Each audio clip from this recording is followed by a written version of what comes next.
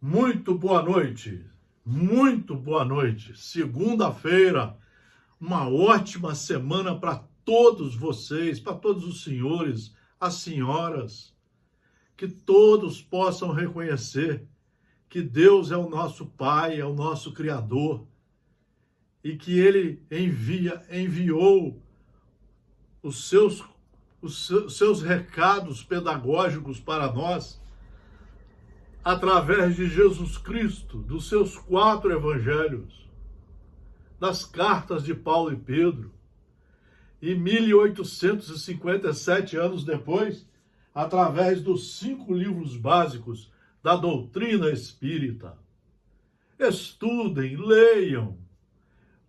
Independente da religião, vocês vão ver como é bom conhecer essas leis e como é bom empreender com elas a reforma íntima de vocês. Vocês vão ver que só vocês ganham. Aqui nós estamos no nosso núcleo de estudos espíritas e jurídicos, Gesiel. Segunda-feira, nós estávamos estudando os livros de Allan Kardec, e agora nós vamos continuar começando com esse livro, A Justiça Divina. Justiça Divina, pelo Espírito Emmanuel, psicografia de Francisco Cândido Xavier. Nós estávamos em obras póstumas de Allan Kardec. Fizemos vários vídeos, várias gravações, e agora vamos iniciar a primeira lição desse belíssimo livro. O Bom Combate. Voltando à pátria espiritual, depois da morte, voltando à pátria espiritual, depois da morte, estamos frequentemente na condição daquele filho pródigo da parábola de retorno à casa paterna para a bênção do amor, emoção do reencontro, alegria redescoberta. Entretanto, em plena festa de luz, quase sempre desempenhamos o papel do conviva, de cérebro deslumbrado, trazendo espinhos no coração. Porque cada um carrega as suas obras, cada um de acordo com as suas obras. Ele passa pela morte, mas ele leva as obras boas e as ruins. E ele vai ter que prestar contas disso, trazendo espinhos no coração. Por fora é o carinho que nos reúne. Por dentro é o remorso que nos fustiga. Vanguarda que fulgura, retaguarda que obscurece, êxtase e dor. É assim depois da morte. A morte é apenas a parada do corpo de carne. Nós vamos continuar a nossa vida de acordo com as obras que nós edificamos ou deixamos de edificar. Porque às vezes a omissão é pior. Esperança e arrependimento. Reconhecidos as mãos luminosas que nos afagam, muitos de nós sentimos vergonha das mãos sombrias que oferecemos. Vai ser aquela hora crucial de nós estarmos lá, já no mundo espiritual, mas reconhecermos, olharmos para as nossas mãos, quanto mal que você fez. Na verdade, não foi ela que fez. Quem fez foi o espírito mal estudado, ignorante, tomado pelas coisas da matéria, que utilizou a mão para fazer uma série de crimes. E aí ele tem vergonha delas. Reconhecido as mãos luminosas que nos afagam, os parentes queridos, que nos recebem, muitos de nós sentimos vergonha das mãos sombrias que oferecemos. E porque a lei nos infunde respeito à justiça, aspiramos a debitar a nós próprios o necessário burilamento e a suspirada felicidade. Rogamos dessa forma a reencarnação. Quando chegamos lá, que examinamos as nossas obras, nós vamos ter que fazer uma programação de volta. E aí nós vamos lá fazer os nossos tratamentos em hospitais, vamos estudar, vamos conversar com os parentes, com os familiares antigos, com os amigos, com os orientadores espirituais e vamos programar a nossa volta. Está aqui, ó, o 4º livro da coletânea de 5 da doutrina espírita. Isso tem que ser lido 1 hora por dia, demora 6 anos lendo essa obra. Exatamente para você entender como funciona a lei de Deus, a lei de justiça.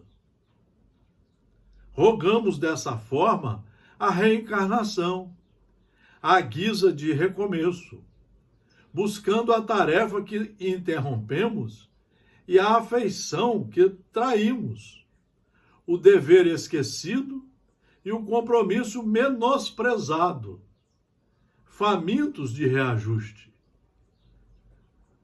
Por isso que a doutrina espírita veio para aqueles que a estudam, no mínimo 1 hora por dia, ficarem conscientes das responsabilidades enquanto estamos aqui na encarnação, das tarefas que nós temos que cumprir. Mas como a maioria de nós não tem tempo para estudar, obviamente que se não tem tempo para estudar, não tem tempo para cuidar das coisas do espírito, vai ficar com o tempo tomado só nas futilidades da matéria, mas a morte vai chegar. Inexoravelmente a morte vai chegar, como ele fala aqui na lição. Rogamos dessa forma, quando estamos lá, arrependidos, rogamos dessa forma a reencarnação, à guisa de recomeço, buscando a tarefa que interrompemos ou que não fizemos e a afeição que traímos, o dever esquecido e os compromissos menosprezados, famintos de reajuste. Esta é a situação da maioria esmagadora de nós que desencarnamos. Principalmente aqueles que dizem que têm uma religião e estão se esquecendo do que é religião. Religião é estudar as obras pessoalmente, estudar as obras e com os conhecimentos delas empreender a reforma enquanto é tempo. Agradece assim o lugar de prova em que te situas. Aí já está falando quando nós estamos aqui, reencarnados. Agradece assim o lugar de provas em que te situas. Corpo doente, companheiro difícil, parente complexo, chefe amargo e dificuldade constante são oportunidades que se renovam. Aí Emmanuel já está falando quando nós estamos aqui novamente. Corpo doente, às vezes nós vamos ter que ter um corpo doente, porque quem não quis aprender pelo amor, vai aprender pela dor. Corpo doente, companheiro difícil, parente complexo, chefe amargo e dificuldade constante são oportunidades que se renovam. Nós vamos ter que voltar para reacertar tudo que não acertamos. Todo título exterior é instrumentação de serviço. A existência terrestre é o bom combate. É a escola para onde nós voltamos, aqueles que fomos reprovados, nós vamos voltar para a escola para cursar tudo de novo. Só que em situações, às vezes, mais enérgicas. A existência terrestre é o bom combate. Defeito e imperfeição, débito e culpa são inimigos que nos defrontam. Nós vamos ter que enfrentar as situações. Mas quando nós estudamos o Evangelho de Jesus, principalmente o Evangelho segundo o Espiritismo, que reúne toda a obra de Jesus, nos mostra como as ferramentas de como enfrentar essas dificuldades. Aperfeiçoamento individual é a única vitória que não se altera. E em toda parte, o verdadeiro campo de luta somos nós mesmos. Esta foi a primeira lição do livro de Emmanuel, que nós vamos ver a corroboração disso aqui no livro dos Espíritos. A justiça das diversas encarnações do homem é uma consequência desse princípio, pois que em cada nova existência, sua inteligência se acha mais desenvolvida, e ele compreende melhor o que é o bem e o que é o mal. Se numa só existência tudo lhe devesse ficar ultimado, terminado, qual seria a sorte de tantos milhões de seres que morrem todos os dias no embrutecimento da selvageria ou nas trevas da ignorância, sem que deles tenha dependido o se instruírem? Por isso que a lei da reencarnação, criada por Deus, é a lei perfeita para nós entendermos o que é de verdade a justiça, a lei de justiça. Da necessidade que o homem tem de viver em sociedade, nascem-lhe obrigações especiais, certo? E a primeira de todas as obrigações especiais é a de respeitar os direitos de seus semelhantes. Aquele que respeitar esses direitos procederá sempre com justiça em o vosso mundo, porque a maioria dos homens não pratica a lei de justiça.